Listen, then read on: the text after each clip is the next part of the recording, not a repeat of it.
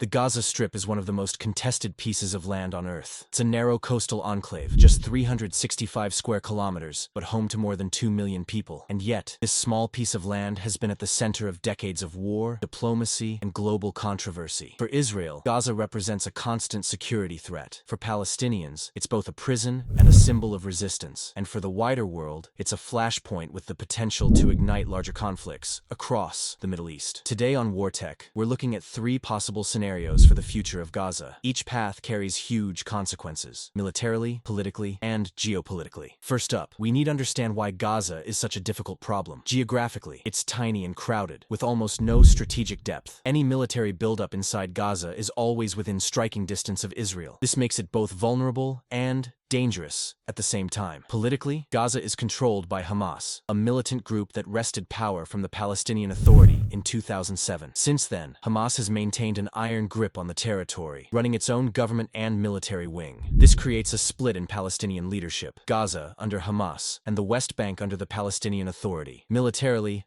Hamas and other groups rely on asymmetric tactics. Thousands of rockets and mortars are hidden across the strip, along with a network of underground tunnels designed for ambushes and smuggling. These weapons can't match Israel's high-tech military, which includes drones, fighter jets, tanks, and the Iron Dome missile defense system, but they ensure that Gaza can always strike back in some way. Externally, Hamas doesn't stand alone. Iran provides funding, weapons designs, and training. Qatar offers financial aid. And while most Arab governments keep their distance, public opinion in the Arab world still sympathizes with Gaza. For Israel, this creates a painful dilemma. Its military dominance guarantees victory in open battle, but that victory comes at a political, humanitarian, and diplomatic cost. Every Israeli airstrike that destroys Hamas targets also risks civilian casualties, and every ground invasion risks getting bogged down in a war of attrition. Now, let's look at the possible outcomes. The first scenario is the simplest, and, arguably, the most likely, the continuation of a prolonged low-intensity conflict. This is essentially the status quo. Every few years, tensions boil over into a cycle of rocket fire from Gaza, followed by Israeli airstrikes, sometimes escalating into a short war lasting weeks. Eventually, a ceasefire is reached, often brokered by Egypt or Qatar, and things return to a tense normal. For Israel, this option is unattractive, but manageable. It avoids the risks of a full-scale invasion and allows the Israeli Defense Forces to maintain a deterrent posture. Israel can strike Hamas when needed, but without the costs of long-term occupation. For Hamas, survival is victory. As long as they remain in power and can fire rockets into Israel, they can claim to be resisting occupation. This gives them political legitimacy among Palestinians and some credibility in the wider Arab world. The downside, of course, is that the humanitarian crisis in Gaza continues to worsen. Infrastructure collapses, unemployment remains sky-high, and living conditions deteriorate. Each new conflict brings more destruction and little real change. This scenario has essentially played out since 2008. It is sustainable in the short term, but it guarantees more instability in the long run. The second scenario is far more dramatic. Israel could decide that the cost of allowing Hamas to remain in power is too high and launch a massive military operation to seize Gaza. Militarily, Israel has overwhelming power. With precision airstrikes, modern tanks like the Merkava, surveillance drones, and elite infantry units, the IDF could break through Gaza's defenses. But urban warfare is the great equalizer. Gaza is filled with dense neighborhoods, underground tunnels, and prepared defenses. Even with its technological edge, Israel would face heavy casualties and prolonged fighting. The political risks are even greater. A full occupation of Gaza would mean tens of thousands of Israeli troops on the ground, responsible for controlling a hostile population. Every street corner could become a battlefield, and every tunnel an ambush site. The human cost for both sides would be enormous. Globally, the images of destruction and civilian suffering would spark outrage. Israel's allies, including the United States, would face pressure to intervene diplomatically. And while Hamas may be dismantled militarily, the power vacuum left behind could easily be filled by another militant group, possibly even more extreme. The only real upside for Israel is short-term security, the removal of Hamas's infrastructure and leadership. But even then, occupation creates its own problems. History shows that dismantling an organization is easier than erasing the ideology behind it. This scenario is possible, especially if Hamas launches a massive attack that Israel decides it cannot tolerate. But the risks make it one of the least sustainable options. The third scenario is the most ambitious, a diplomatic breakthrough that reshapes Gaza's future. In this scenario, Hamas either agrees or is forced to step aside, with governance transferred to the Palestinian Authority, a unity government, or even an international administration backed by the UN or Arab states. External actors would play a key role here. Egypt, Qatar, and Saudi Arabia could provide funding and political guarantees. The US could pressure Israel to ease restrictions, while at the same time offering security assurances. In the most optimistic version, Gaza could undergo reconstruction, receive massive foreign investment, and shift from being a war zone to a stable, functioning society. But the obstacles are immense. Hamas is unlikely to give up power voluntarily. Israel has little trust in international peacekeeping forces. And Arab governments are wary of being drawn into a costly and unstable project. Still, this is the only path that offers real long-term stability. It requires political courage, international cooperation, and a shift in how both sides view the conflict. Without it, Gaza risks remaining trapped in cycles of war and despair. Beyond these three scenarios, outside players could tip the balance at any time. Iran could escalate support, smuggling more advanced rockets, or even precision-guided weapons into Gaza. Hezbollah, in Lebanon, could open a second front, forcing Israel to divide its military. The United States will continue to back Israel militarily, but Washington also pressures Jerusalem to avoid all-out war. Arab states like Egypt, Jordan, and Saudi Arabia walk a fine line. Their people demand support for Palestinians, but their governments prioritize stability and relations with the West. And then there are wild cards, a single massive attack, a political assassination, or a sudden diplomatic deal. Any of these could upend all existing scenarios overnight. So, which path is Gaza heading toward? The status quo means endless instability and humanitarian suffering. A full Israeli occupation means bloodshed and political disaster. And diplomacy, while the most difficult, may be the only path toward lasting peace. The truth is, none of these scenarios is easy, and all carry massive risks. But in the end, Gaza remains a problem that cannot be ignored.